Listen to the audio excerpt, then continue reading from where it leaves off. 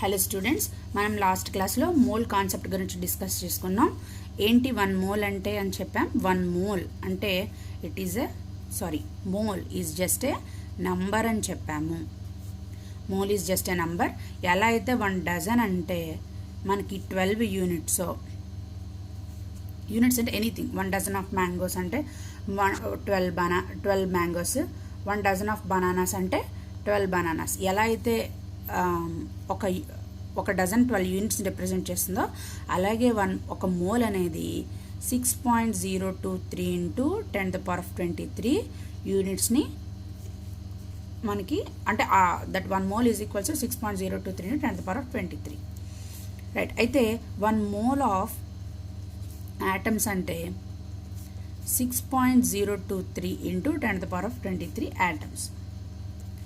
1 mole of molecules అంటే 6.023 into 10⁻23 molecules. Right. So mole అనేది ఒక నంబర్ని రిప్రజెంట్ చేస్తుంది. ఆ నంబర్ ఏంటి? 6.23 into 6.023 into 10⁻23. This is known as Avogadro number. So ఈ నంబర్ని మనం ఏమంటాం? అవగాడ్రో నంబర్ అంటాం. NAతో సూచిస్తాం. సో అయితే మనకి నంబర్ ఆఫ్ మోల్స్ అంటే ఏమని చెప్పుకున్నాం? Number of moles is equals to mass given by molar mass. So molar mass అంటే ఏంటో కూడా మనం ఆల్రెడీ డిస్కస్ చేసుకున్నాం. So number of moles N is equals to mass given by molar mass. అలాగే ఇది జనరల్. ఏ యాటమ్కైనా ఎన్ని యాటమ్స్ ఉన్నాయి లేదా 1 మోల్ ఆఫ్ సంథింగ్ అంటే మనం మాస్ ఇస్తే నెంబర్ ఆఫ్ మోల్స్ క్యాలిక్యులేట్ చేయడం అవన్నీ లాస్ట్ క్లాస్లో ప్రాబ్లమ్స్ చూసాము. అయితే నంబర్ ఆఫ్ మోల్స్కి ఇంకో ఫార్ములా కూడా ఉంది. Number of moles is equals to volume given at STP. What is STP? Standard temperature pressure conditions by molar volume for any ideal gas.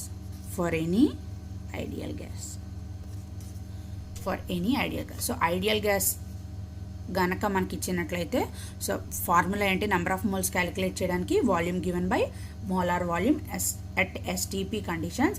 So ఏంటి అవి? టెంపరేచర్ ఎంత ఉండాలి? 273 కెల్విన్ ఉండాలి. ప్రెషర్ 1 అట్మాస్ఫియర్ ఉండాలి లేదా 760 mm ఆఫ్ Hg ఉండాలి.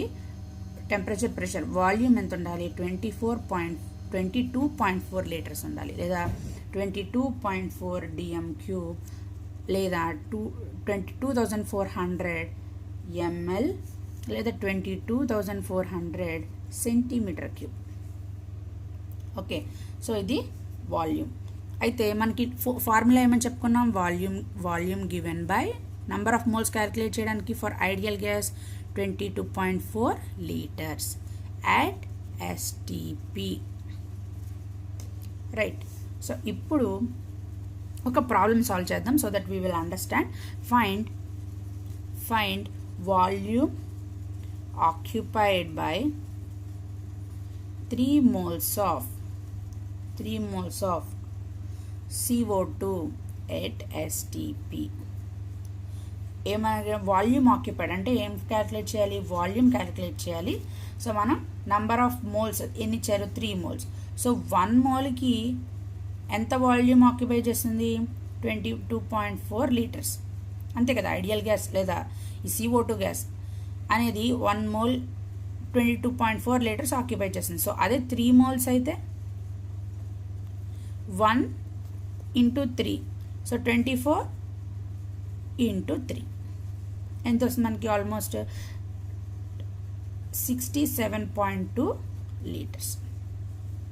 Right. Next problem. Find number of moles of O3 gas present in 5.6 dm³ of O3 gas at STP. So మనకి volume given ఇచ్చేశారు. మోలార్ వాల్యూమ్ ఎంత? 22.4 లీటర్స్. సో మనకి number of moles formula ఏంటి? Number of moles is equals to 5.6 by 22.4. అంతే కదా. ఎంత వస్తుంది 0.25 moles. So మనకి ఇది number of moles for any ideal gas గురించి కూడా నేర్చుకున్నాం. అయితే మనకి కొన్ని పర్సెంట్ కాంపోజిషన్ ఫార్ములాస్ ఉన్నాయి. ఏంటంటే weight percentage, volume percentage, weight by volume percentage ఇలాంటివి. సో ఇవేంటో చూద్దాం. So weight by weight percent first one అంటే మాస్ పర్సెంట్ క్యాలిక్యులేట్ చేయాలి. సో ఈ మాస్ పర్సెంట్ అంటే ఏంటి? Mass of solute in grams by mass of solution in grams into 100. So mass పర్సెంట్లో ఏముండాలి? Mass of solute, mass of solution కూడా గ్రామ్స్లోనే ఉండాలి. సో మనకి ఇంకా ఈజీగా అర్థం కావడానికి సొల్యూట్ సాల్వెంట్ సొల్యూషన్ అంటే ఏంటో చూద్దాం. ఆల్రెడీ ఇది మనకు తెలిసినవి, ఒకసారి రీకలెక్ట్ చేసుకుందాం. సో నేను ఒక బీకర్ తీసుకున్నాను. బీకర్ తీసుకొని NaCl అంటే ఏంటి? Salt, common salt. NaCl plus water ఈ బీకర్లో ఈ రెండు కలిపి ఉంచాను. సో ఏంటి సొల్యూట్ అంటే? ఈ రెండిట్లో ఏదో చెప్పగలరా? సొల్యూట్ అంటే ఏంటి? ఏదైతే డిజాల్వ్ అవుతుందో అది solute. The compound which dissolves is solute.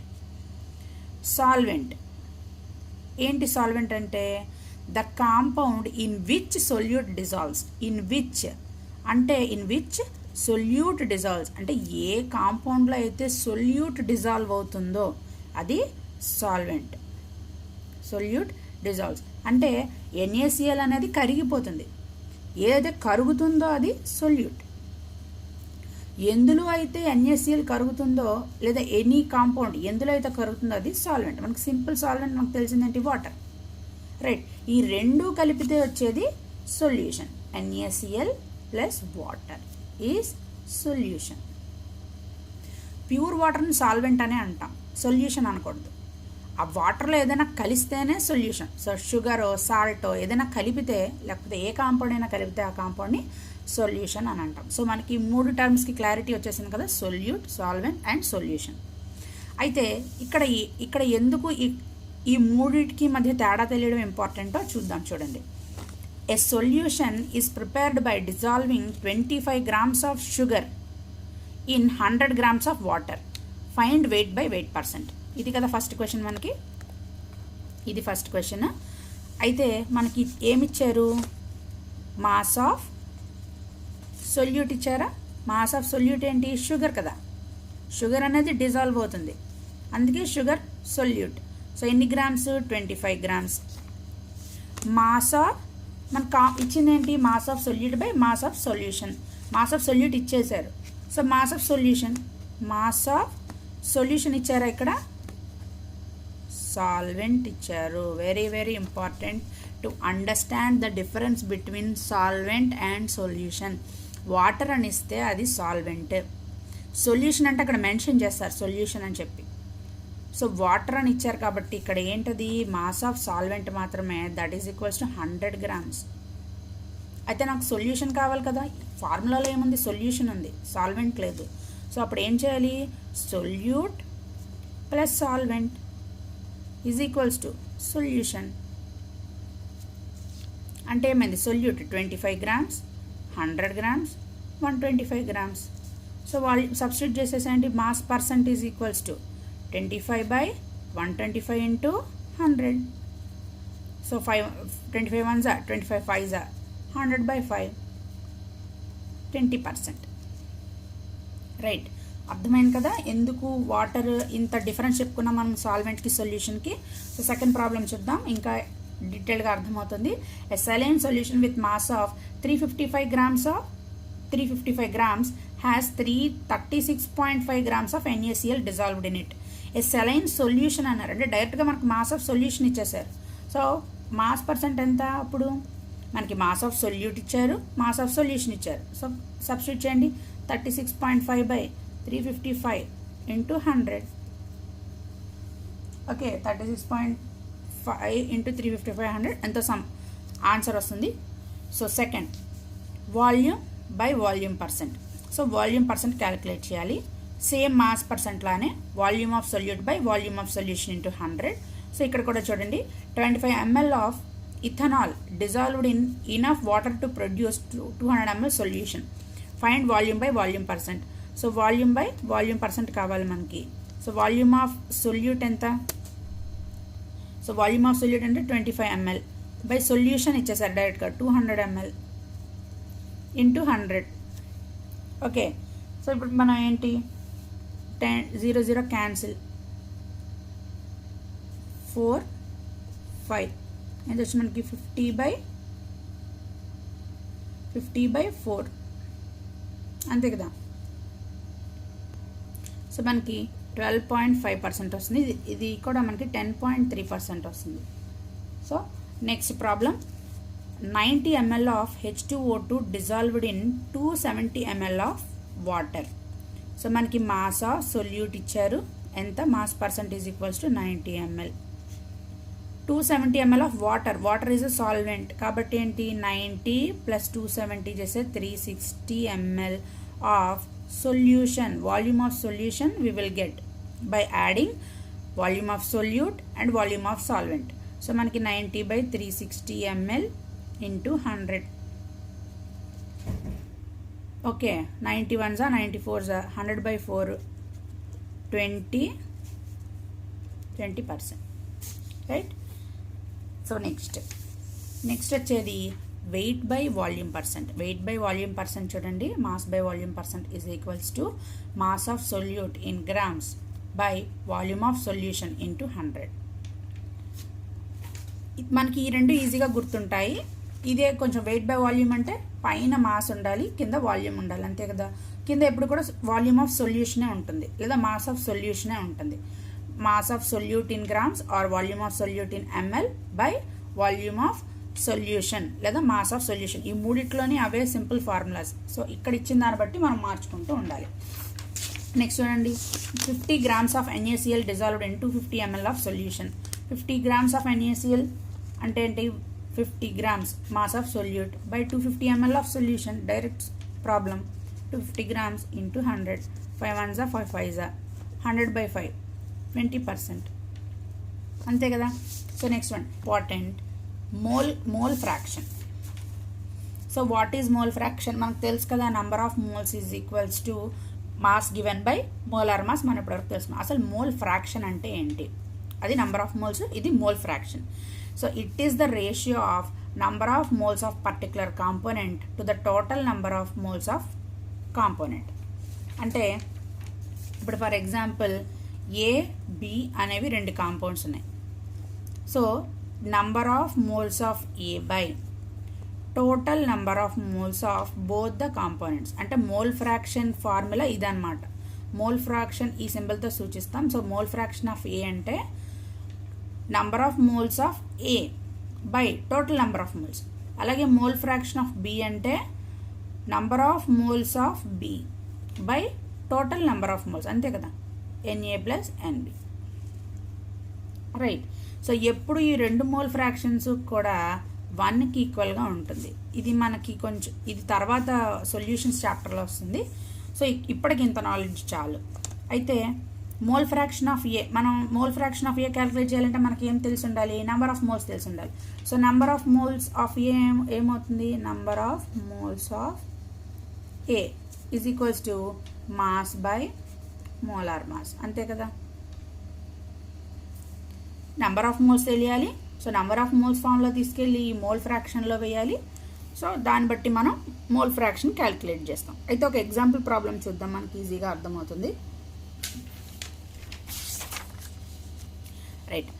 4.6 grams of ethanol is mixed with water to form 10 grams of solution. What is the mole fraction of each in the mixture?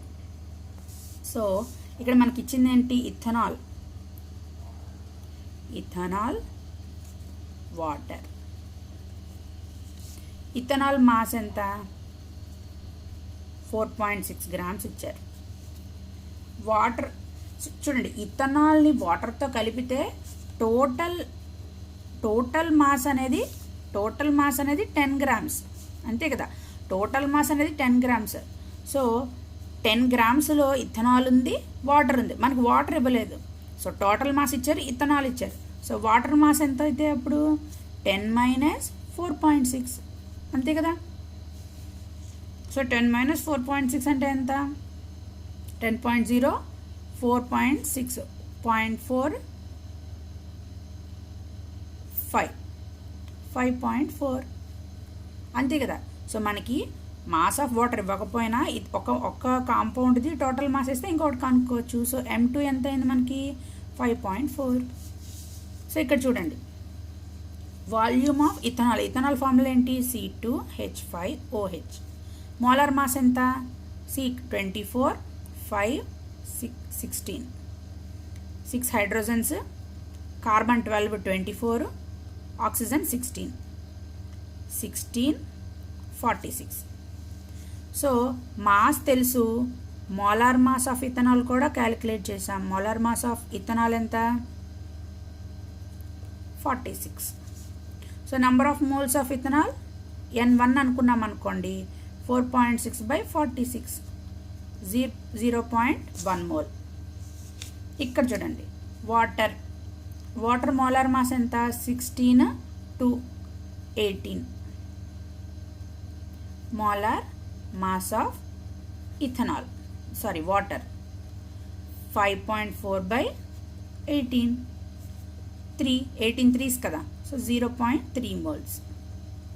So ఇండివిజువల్గా మనకి N1 ఎంత వచ్చింది, N2 కూడా వచ్చింది. మనకు formula ఏంటి? Component 1కి mole fraction of ethanol calculate చేయాలంటే number of moles of ethanol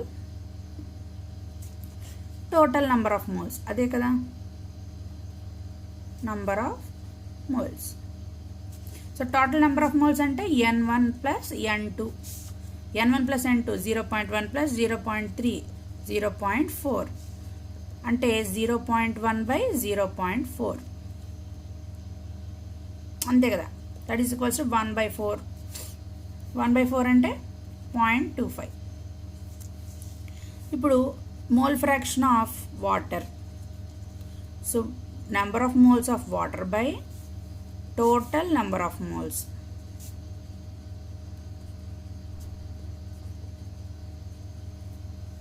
Total number of moles, that is equals to 0.3/0.4. 3/4.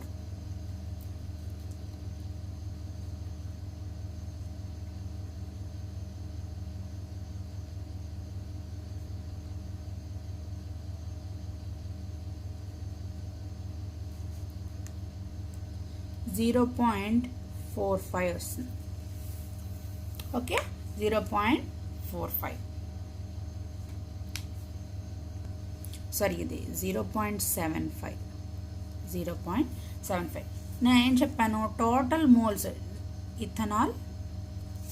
Ethanol plus water ఎంత అవ్వాలి? 1 అయిపోవాలని చెప్పాను కదా. సో అలా అయ్యిందా లేదా చూసుకోవాలి. అలా అయితేనే మనకి వచ్చిన ఈ రెండు కరెక్ట్ అనమాట. సో 0.25 ప్లస్ 0.75 ఎంత? 1 సో ఈ విధంగా మనం మోల్ ఫ్రాక్షన్ క్యాలిక్యులేట్ చేస్తాం. So what is the formula and definition for mole fraction? It is the ratio of number of moles of particular component to the total number of moles of the component. అంటే ఇప్పుడు A and B అనేవి 2 compounds ఇచ్చారనుకోండి, mole fraction of 1 compound, how we have to calculate number of moles of A by number of moles of A plus number of moles of B.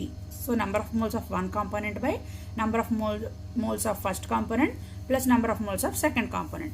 Similarly, mole fraction of the second component is equals to number of moles of second component by number of moles of first component plus number of moles of second component. So what is the formula for number of moles? Mass given by molar mass.